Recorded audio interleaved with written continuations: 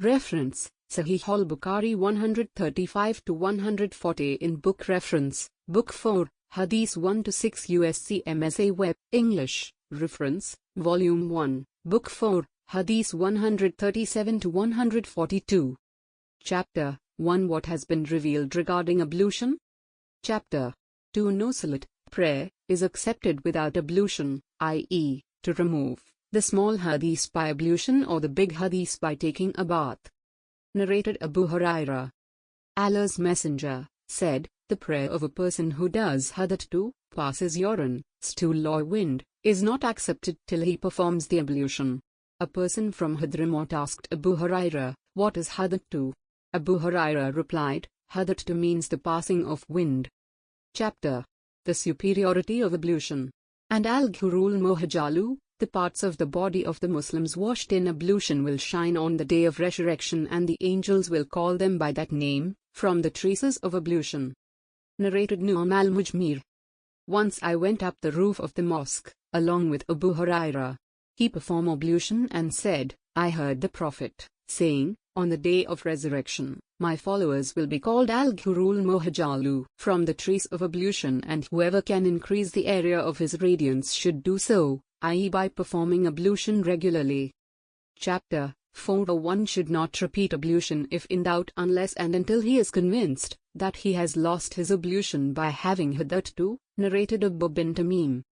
My uncle asked Allah's Messenger about a person who imagined to have passed wind during the prayer. Allah's Apostle replied, he should not leave his prayers unless he hears sound or smells something. Chapter 5 To perform a light ablution. Narrated Qura'ib. Ibn Abbas said, the Prophet slept till he snored and then prayed, or probably lay till his breath sounds were heard and then got up and prayed.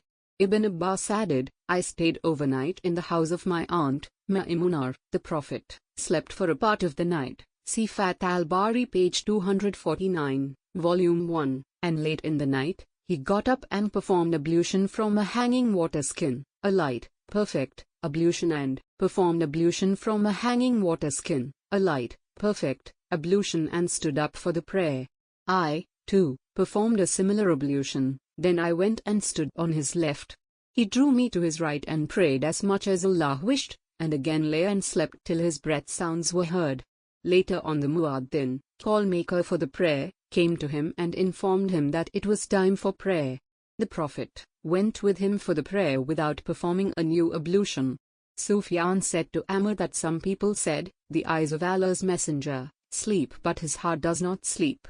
Amr replied, I heard Ubad bin Umar saying that the dreams of prophets were divine inspiration, and then he recited the verse, I, Abraham, see in a dream, O my son, that I offer you in sacrifice to Allah.